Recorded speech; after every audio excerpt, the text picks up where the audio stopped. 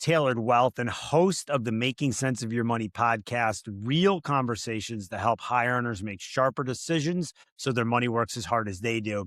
And today I'm joined by Brandon Fluharty to break down how top sales performers can turn a high-income career into a launch pad for autonomy, and why avoiding lifestyle inflation matters. And then how AI is reshaping the value of knowledge workers and the frameworks that he uses to help sellers build income, freedom, and future optionality. This one's all about designing your career before it designs you. So before we dive in, make sure you're subscribed on your favorite platform. And if you find the show valuable, I'd really appreciate you leaving a quick review. Thanks so much and enjoy. Brought to you by Tailored Wealth, helping business leaders live their version of a rich life. Welcome to another edition of the Making Sense of Your Money podcast, where we cut through the financial noise and help business leaders to make smart, confident money decisions. All right, Brandon, thanks for joining today. As I told you beforehand, you are one of my favorite follows on LinkedIn, so I'm excited to chat with you today, man. Thanks for coming on. Hey, Dan. Thanks for having me, man. You really bet. appreciate it. So I have a lot that I want to get into, so let's get right into it. If you don't mind, share with the audience a little bit of your background, and I know you've got a very, very interesting story, which I'm excited to unpack a bit. But tell us about your background and then what's led you to what you're doing today. Yeah. So growing up, I was an aspiring soccer player. Tried my luck in Europe. Unfortunately, didn't work out. I think I found that my ambition far exceeded my actual talent, and I was quickly discovered when I was with a European professional team. Unfortunately, ran into some injury issues, but that athletic background was well suited for the business world. I didn't quite know it at the time, but I eventually happened into sales, and I was in sales for about 17 years total throughout my corporate career. And I was an individual contributor throughout all of that, mostly by choice. I've been asked to be a leader many times, but I really prized my freedom and autonomy. So I stayed in an individual contributor role and climbed the ranks from SMB sales all the way into strategic accounts. And in that last period, I was with a conversational AI company. In the last 4 years, I made more in those 4 years than my 13 years prior in sales. And I'd always had ambitions beyond the corporate world to do my own thing, even if I didn't know what it was. And that financial buffer, not inflating my lifestyle, during that really strong run as a strategic account seller allowed me to fund that. And that's the phase I'm in now. And I'm writing a book now. I call this phase of my life the evolve phase, where I can sort of dictate the terms, what clients I work with, which are other individual contributors in sales, helping to pull them through and do something very similar to what I've done. And yeah, that's where Very I live in cool. now. I love it. So I have a sales background as well, as many of our audience know. And I love the term, I happened into sales. That's how we all get into it. We all happen into sales, right? So I like that term. Yeah, All right. So absolutely. so that's great. So tell us a little bit about what the business looks like today, who you serve, and ultimately what you're helping them to do. Yeah. So classic solopreneur, somebody who's been hyper influential on that journey myself is maybe many of your audience knows him, Justin You're Welsh. like the Justin Welsh Justin of Welsh sales was for me. somebody- That's what I was going to say to you, but go ahead. You finish your thought. I really appreciate that. And that's a high compliment to me, because he was somebody who was instrumental, very similar background in that he was also in sales, mostly in medical sales as an individual contributor, and then kind of climbed the ranks to a CRO at a hot startup. But he left the corporate world circa around 2018, 2019. And so he was always a few years ahead of me, but somebody that I respected and aspired to. Can you be a one-person business, sort of creating these outsized results, whether it be income or the impact you make on others, while still holding true to the life that you want to lead, being a good partner, being a good husband, being a good human being in life, and explore your curiosities. So that's really kind of what my business is right now. And again, I'm fortunate that I was able to have a successful career in sales, and then really kind of use the earnings from that by not inflating my lifestyle, kind of giving myself almost a runway to step into this stage of life where I don't feel pressure like other maybe, whether you're a content creator or solopreneur or even an entrepreneur, maybe at an earlier phase in life, if you didn't have the luxury of having a strong corporate background or a corporate sales background that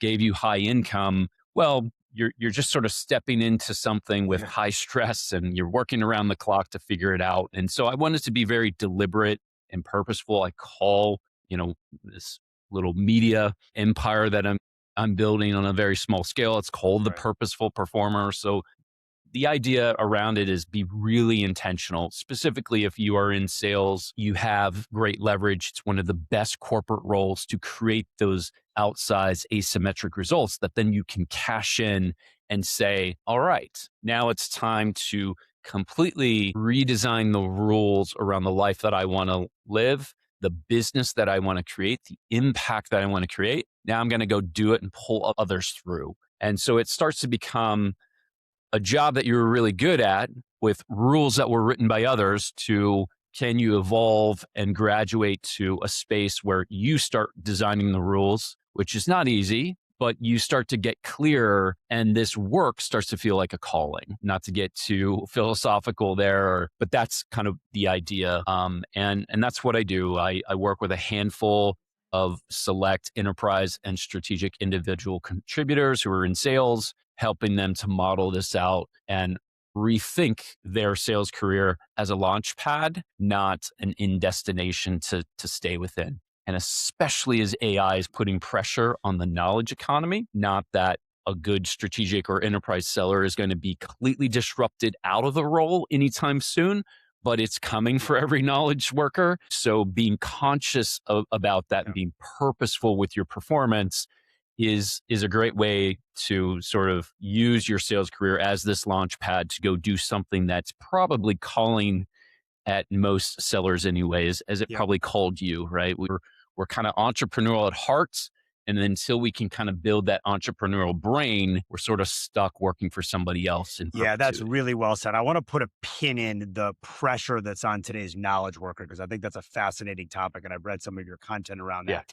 But let's talk about making that shift from the corporate world to being your own boss and whatever that looks like. And I've done it. And frankly, I faced a lot of those pressures that you reference. And I always tell people this entrepreneur thing is an addiction to some degree, but it ain't for everybody, for sure. But I also talk with a lot of clients about this concept that I call hybrid retirement, which is the concept of transitioning from the grind of a daily corporate career and moving on later in your career into something that's more purposeful, that's more flexible, that's work that you really enjoy doing on your own terms. So you've got kind of these two different things that are weighing against you. Yeah, the latter sounds amazing, but having been someone that's gone through it to some extent, it's not always easy to get there. So how do you help the enterprise sellers that you work with make that transition from I'm a higher earning professional to I'm sort of writing my own script? Yeah,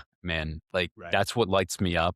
And it's not a one and done. And the first thing that I get across to clients who are interested in this is one, they have a bit of that urge. And so it might be an inner voice sort of pecking at them saying, yeah, this is great. And it's great to be recognized, get to President's Club, have the high earnings, but is this it? Is there something more? And usually those are the folks that I work with on a deeper basis. And we do a lot of coaching. We do a lot of asynchronous work back and forth, kind of giving them some models and frameworks to work through, because it's definitely a very personal journey. And it really starts with like an inner journey, not so much in a spiritual sense, but an inner journey in just clarifying like what it is that you really want and what it is that makes you unique and special and a high performer in a role. And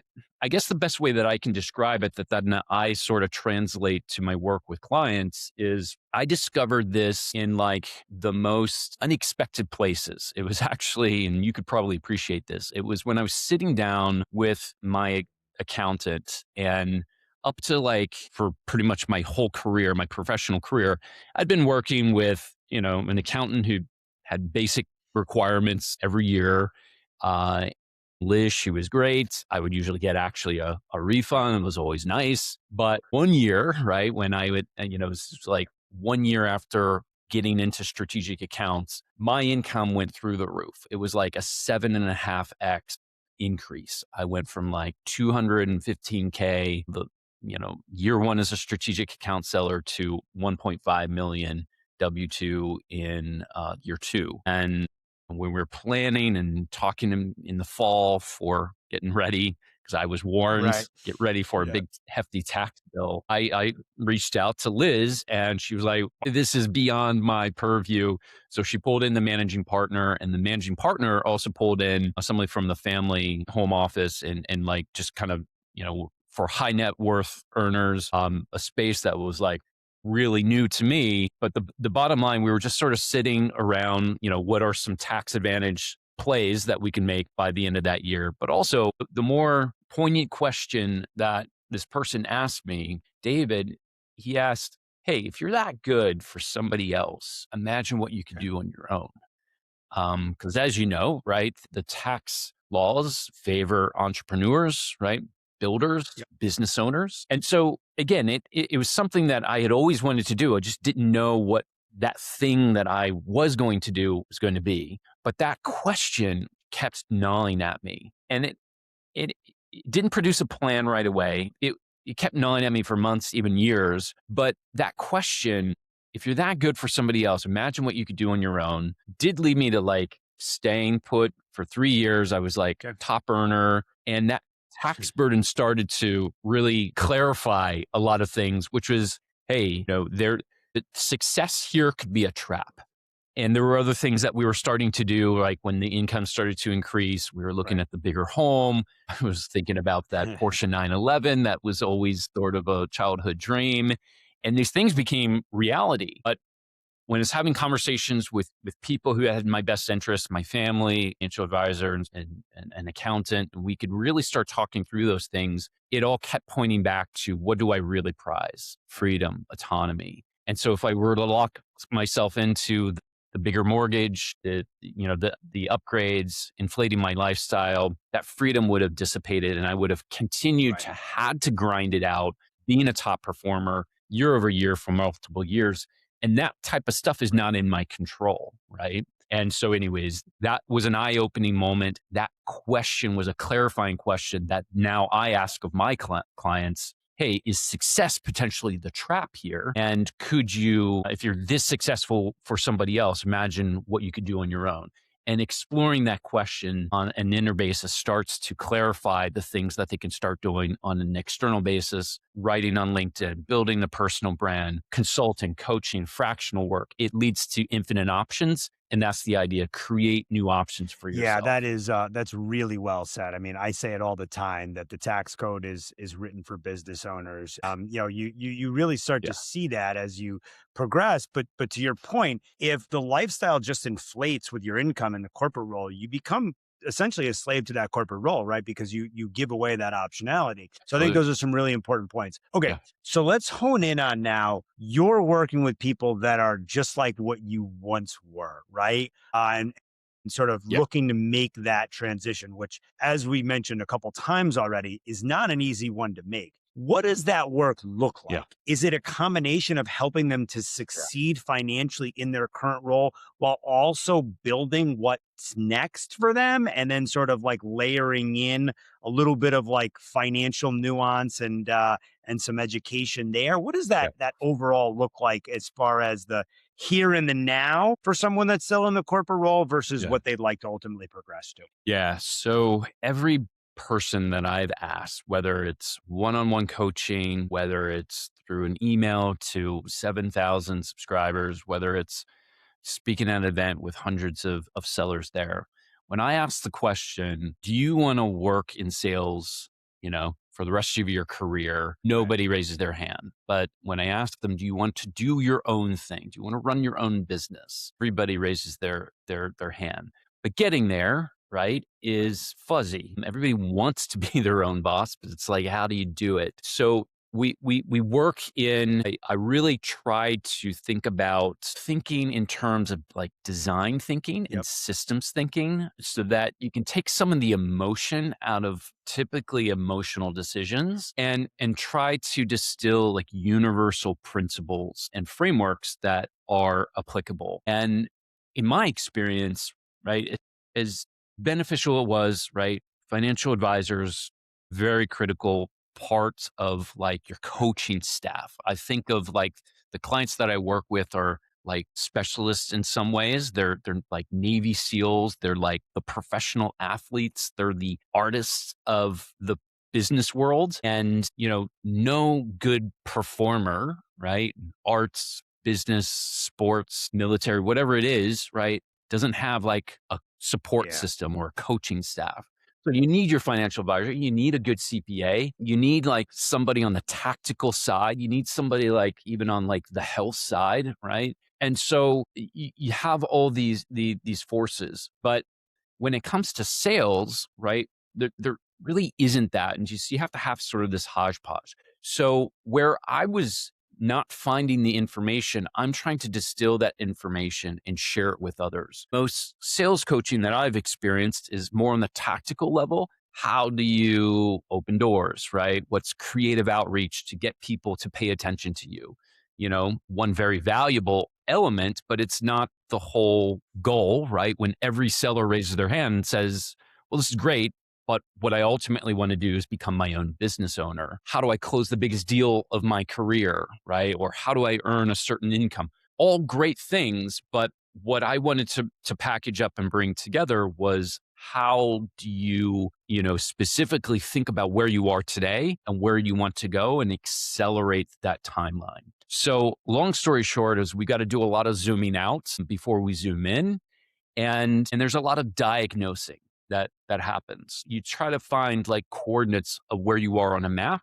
And so that's what I try to bring to the table is this clarity on where they might be. And I think of it across three broad phases. I call it level 1, level 2, and level 3, right? So it's very simple to understand. Level 1 is when you're typically starting out in your career, you're trading effort Right. to gain skills, right? And use those skills to claw back more of your calendar so that you can get into level 2, which is when you own more of your calendar, you can start to apply your skills, get recognition, earn outsized income, asymmetric income, but avoid traps of not overinflating your lifestyle so that success doesn't become the trap at that level. That helps you to then start to break free to this third phase, the evolve phase, where you can evolve into whatever you want. But the idea is you now fully own your calendar, right? Which, as you point out, won't come without its challenges, right? We're not trying to escape and sip pina coladas on the beach. This isn't the FIRE movement where you retire early and do nothing, or you at least give yourself that choice. But it's more about, I call it FINE, financial independence Ooh, I like next endeavor. But that next endeavor should be yours, where you have complete ownership.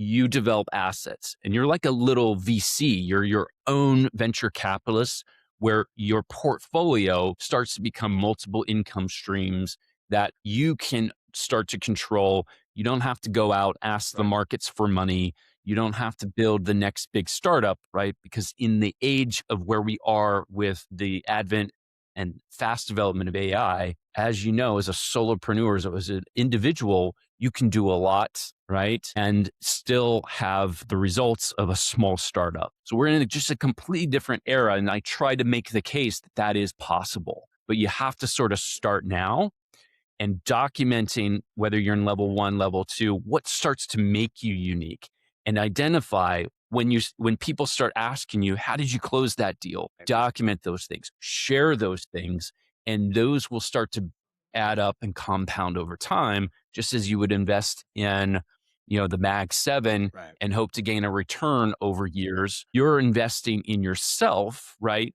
In a career in sales that gives us volatility out of the gates, right? And we have to figure out how to manage that volatility. That is the best gift in the corporate world that then you can leverage to say, well, I don't have to be in the corporate world till I'm 65, 67, or even till I'm 50, I can start figuring this out in a really thoughtful, intentional way, and then start cashing that out. And then it becomes my choice to when I fully own my calendar. And I think that's the key. It should be your choice, not the choice of an employer who says, okay, it's time to get rid of 4,000 employees because we're making a big bet on AI. You're no longer worthy. I don't really care how well you've performed over the past few years. This just doesn't fit in with us or our shareholders. That's not your option, right? Your option will be leave on a high note and then go pursue what you want to do without any financial pressure. Great points. Let's delve a little bit into AI and the impact on the knowledge worker, sort of the corporate knowledge worker on one side, and then maybe the opportunities it presents to the solo or the small business entrepreneur. Yeah. Yeah. I mean, Sure. nobody knows the future, right? There's every head of every AI lab is kind of saying, right? Whether it's Dario Amodei at Anthropic, who might be taking a bit of more of a stance that has a moral compass to it, right? And then other sides that are just like, no, we got to move fast. Get out of our way. Let's just build it and see what happens. And then everybody else sort of in between trying to figure it all out. Is this dystopia that we're about to face, or is it utopia, or is it just another tech fad? So I will say that I do deeply believe, because I was ahead of the curve of selling conversational AI to Fortune 500 companies like the likes of Delta and United Healthcare and Chipotle. These weren't just people buying chatbots, they were transforming pieces of their business. And so we were talking about AI agents in 2018, right? 4 years before the ChatGPT moment. And so again, I was very fortunate to be in that position and sort of see what was going to happen. I do think, right, things are going to be coming fast, and it's going to be those who are complacent, who just write this off as this is just like the internet, or this is just like the industrial age, or this is just like the steam engine, or this is just like electricity, or this is just like social media. When we say very general statements, this is just like, I think that can be dangerous territory, because what that doesn't allow us to do is prepare. And when something is moving so quickly without guardrails, that's a dangerous territory to be in, because the trends are companies are laying off at an exorbitant exodus. I am seeing good sellers pressured who were once getting recruiters coming to them on a weekly basis. They could just count on it, right? If I wasn't a performer, I knew I could always get a new role. That's starting to shrink. And so what's happening is the classic K-shaped economy that we hear about from analysts is starting to come to fruition. Those who have invested in AI or had the ability to invest in tech stocks are doing really well right now. Those who are just sort of grinding paycheck to paycheck, they're on the lower piece of the K going downward, and the middle is being hollowed out. And the same thing is happening with middle performers who could rely on a recruiter contacting them. Maybe they didn't perform well in sales, but they could just go negotiate a slightly higher base. They could sell themselves into a new sales role and then try to figure it out. Maybe in 18 months, 24 months, they go and leave and do it all over again. That is going away. And so what we are entering is hyper competitiveness, where those who are embracing AI, figuring out the hard stuff, trying to not necessarily vibe code, but at least like using Claude Cowork and trying to figure out portions of their workflow that can be enhanced with AI, they're going to put themselves in an elite category that continues to make them valuable over time. And then, like I said, you give yourself choice where companies are absolutely going to get leaner, right? That's been the maxim for corporate life for as long as we know it, right? We want to do more with less. That's not going to go away. Where positions might change, right? Get repurposed will absolutely change, right? Because if you can get AI to take 50 questions off of your hundreds, a list of 100 questions that you have, well, you don't just get 50 questions off your plate, you actually produce 50 Right. more new questions that could arise. And so that will be a special place. But the people who are figuring out will start to become even more elite in what they do, right? And so that's why, again, it's like I feel very privileged because I work with like the Navy SEALs, the top professionals of selling who are doing this right now. And they're putting themselves in a position where they're actually increasing value as AI gets, released, because they're the ones who are using it to the benefit of their clients, using it to the benefit of being able to close more Mhm. with less, right? Higher quotas are going to always be thrust upon them, but they're meeting it, right? Without hiring anybody under them, but who they are hiring is AI. And those people will continue to become more valuable. And then the switch is when you start to take that value, move it out of the hands of one single employer's one single infrastructure, and you start creating the infrastructure for yourself. That's where you have unlimited options that you can deliver to yourself. And that's the autonomy that I want every top performer to start I architecting for love it. themselves. All right, let's shift gears a little bit. I want to talk a little bit about your personal journey to get here, and then we're going to get to know you a little bit more. I know you've got an interesting background. Share with us. You mentioned the point where you met with your CPA, which I love that you brought that up, given that we're recording this on April 14th, so tax day is tomorrow. So it's top of Yeah, mind for a lot yeah, of folks. So yeah. that'll be an interesting piece of this discussion. But talk a little bit about other inflection points that you've had throughout your career that led you to where you're at today. And then to the degree you're willing, tell us a little bit about your own personal money story, and that's led you to how Yeah. you architect your own business, but then also advise others. Yeah. So we talked about happening into sales, and that's how most of Yeah. us get into sales. It's changing a little bit, right? But, as we were kind of coming up through the workforce, sales was not necessarily sort of a sought after role. It still had a stigma to it. Oh, the used car salesman, right? And there's still a little bit of that. But starting to see more and more people coming out of college taking on sales as a deliberate role. So Yep. that's nice to see. But most of us, and probably most listening who are in sales, they happened into it like us.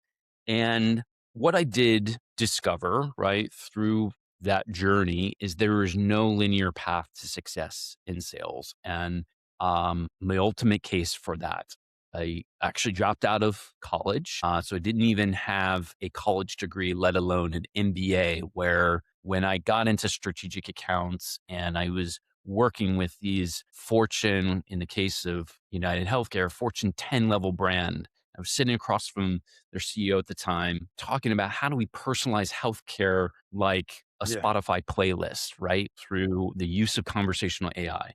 I felt very uncomfortable because here I am, somebody without a college degree, and the likes of a Fortune 10 company, they're used to working with a Deloitte, an Right. Accenture type of consultant on that kind of vision. And here I was in the room. So, okay, it's not credentials that got me there. Another thing, right?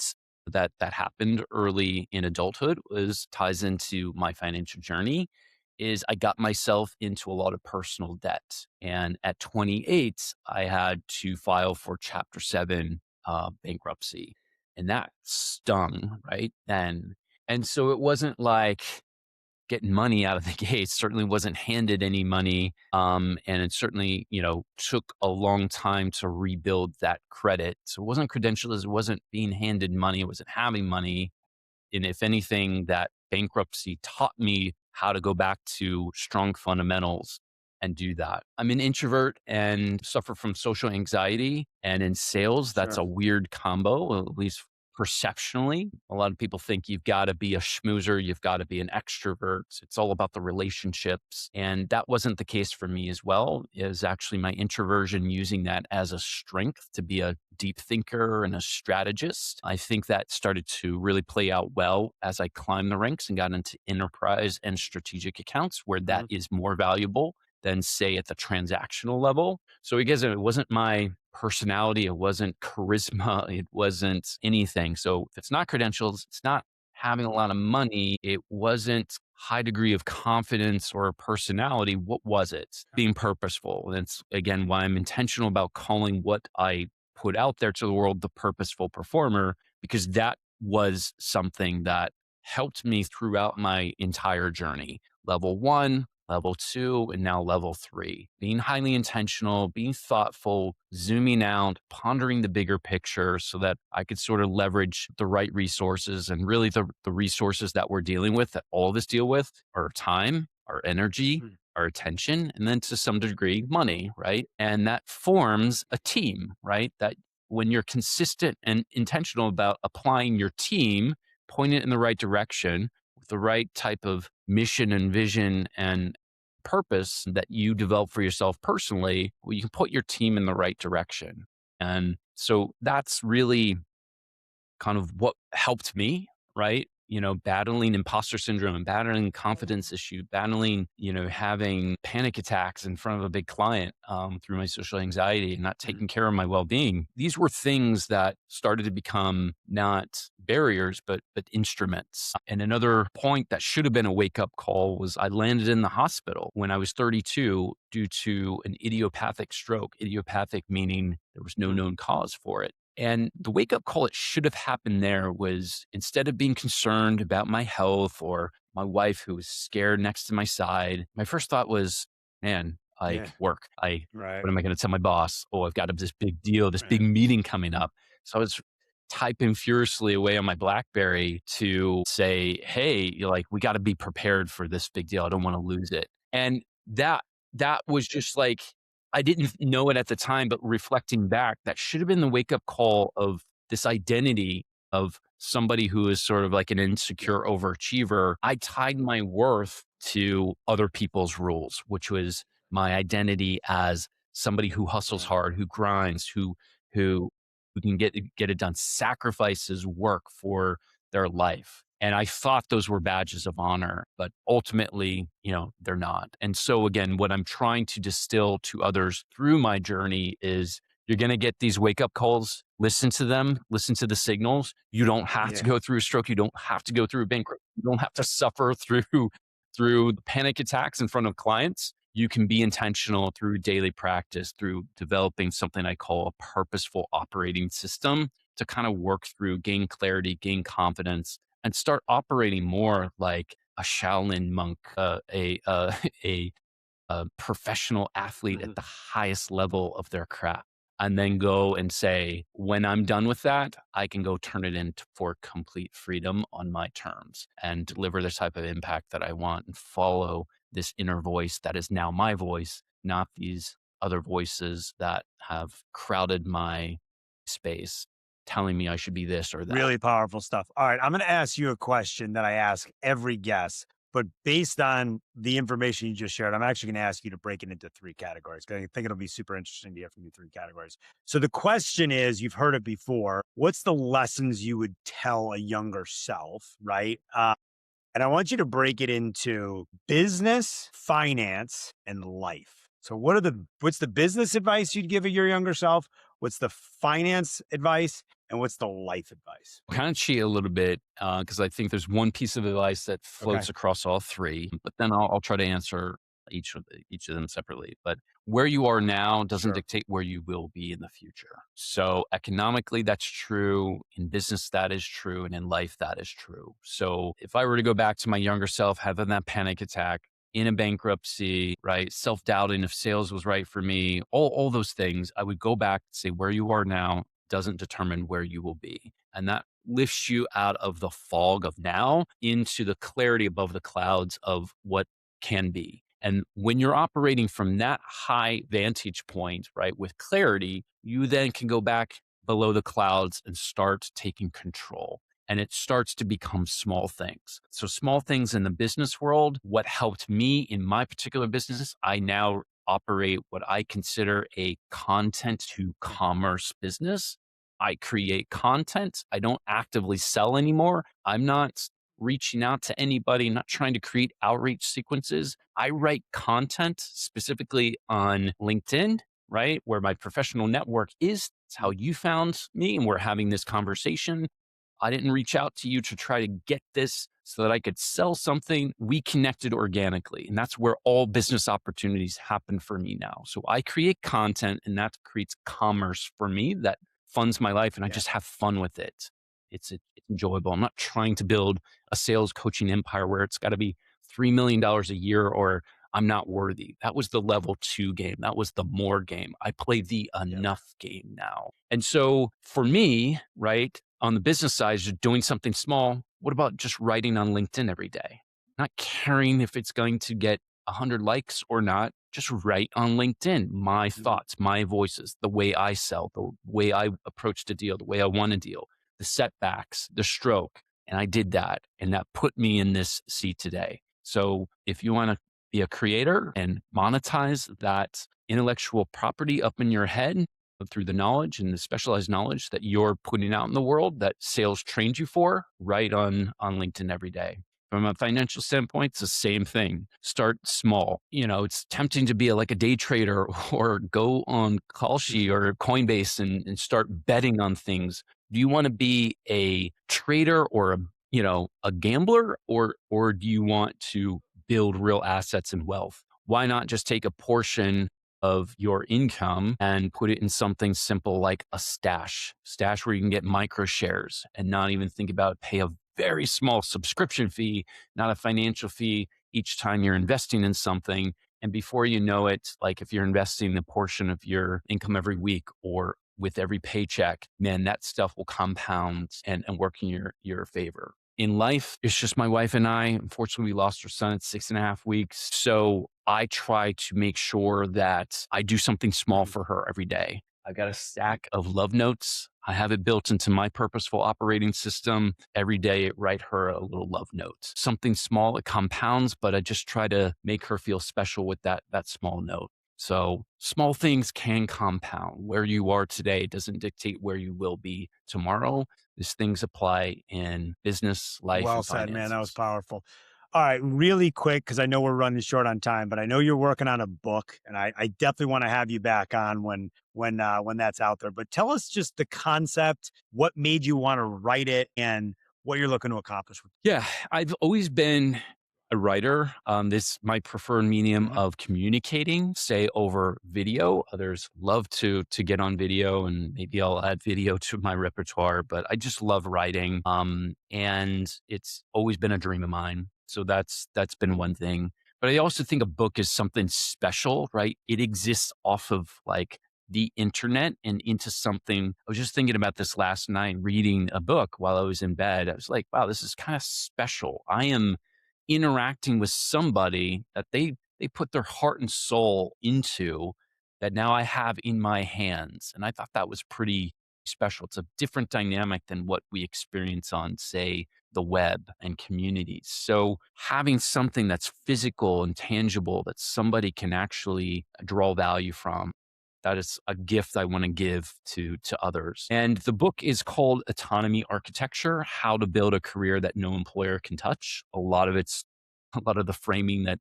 we discussed in this session, which is how to purposefully, intentionally use your sales career to architect your path to freedom. And you can do that ahead of schedule. You don't have to stay in the corporate world until you're 65.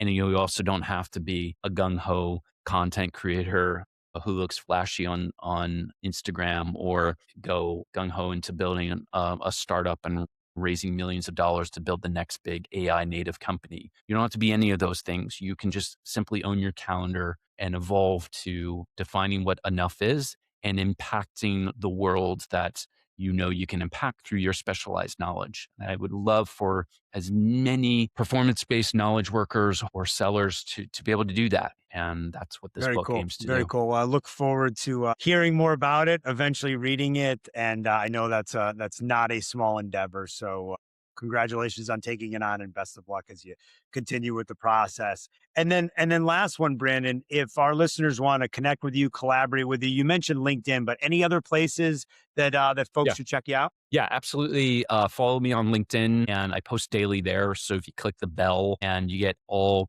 posts, that'll make sure you get everything in your feed. And then the platform that I'm building on, it's called The Purposeful Performer. So it's just purposefulperformer.com. And you can take an assessment and get clarity on where you are. And then that will help kind of walk you through where you could potentially work with me to sort of take your career to the next level and architect that autonomy that Super we cool. talked about. Super cool. Dude, thanks so much for coming on. This was a lot of fun. Appreciate you sharing your insights. That's it for the episode. You can find the podcast along with our newsletter and YouTube channel all for free at makingsenseofyourmoney.com. And as always, prioritize your version of a rich life. Thanks, Brandon. Cheers. Thanks, Dan. Appreciate it. Cheers.